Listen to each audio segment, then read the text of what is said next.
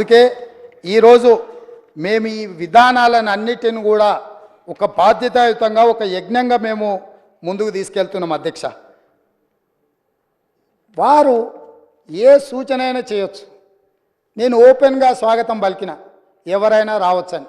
పాపం కొంతమంది ఎమ్మెల్యేలు సాంప్రదాయబద్ధంగా ముఖ్యమంత్రి గారిని కలిసి వాళ్ళ నియోజకవర్గాల సమస్యలని చెప్పుకుందామని వచ్చిండ్రు అధ్యక్ష. ముఖ్యమంత్రిగా నా బాధ్యత ఏంది అధ్యక్ష? నేను ఈ రాష్ట్రానికి ముఖ్యమంత్రిని.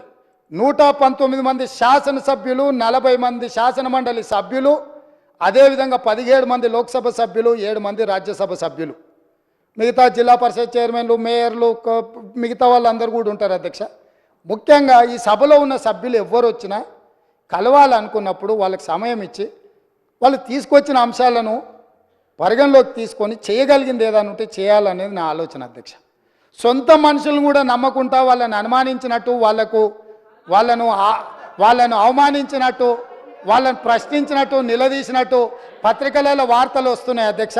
పాపం వాళ్ళు పత్రికా సమావేశాన్ని పెట్టుకొని వివరణ ఇచ్చుకునే పరిస్థితి వచ్చింది అధ్యక్ష.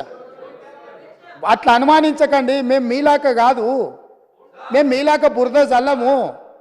గౌరవపూర్వకంగా మర్యాదపూర్వకంగా సమస్యలను తీసుకొని వినతి పత్రాలు తీసుకొచ్చే శాసనసభ్యులు ఎవరైనా మా ప్రభుత్వం కలుస్తుంది, వాళ్ళు చెప్పేది వింటుంది, మా ప్రభుత్వము అంత మీలాగా వ్యవహరించదు, మేము మీలాగా కాదు, అది మీరు అడిగేదాన్ని బట్టి ఉంటుంది.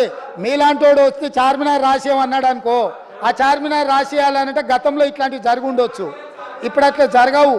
ఇప్పుడు మంచి ఏదన్నా ఉంటే ప్రజలకు ఉంటే తప్పకుండా చేస్తాం అధ్యక్ష. అదేవిధంగా అధ్యక్ష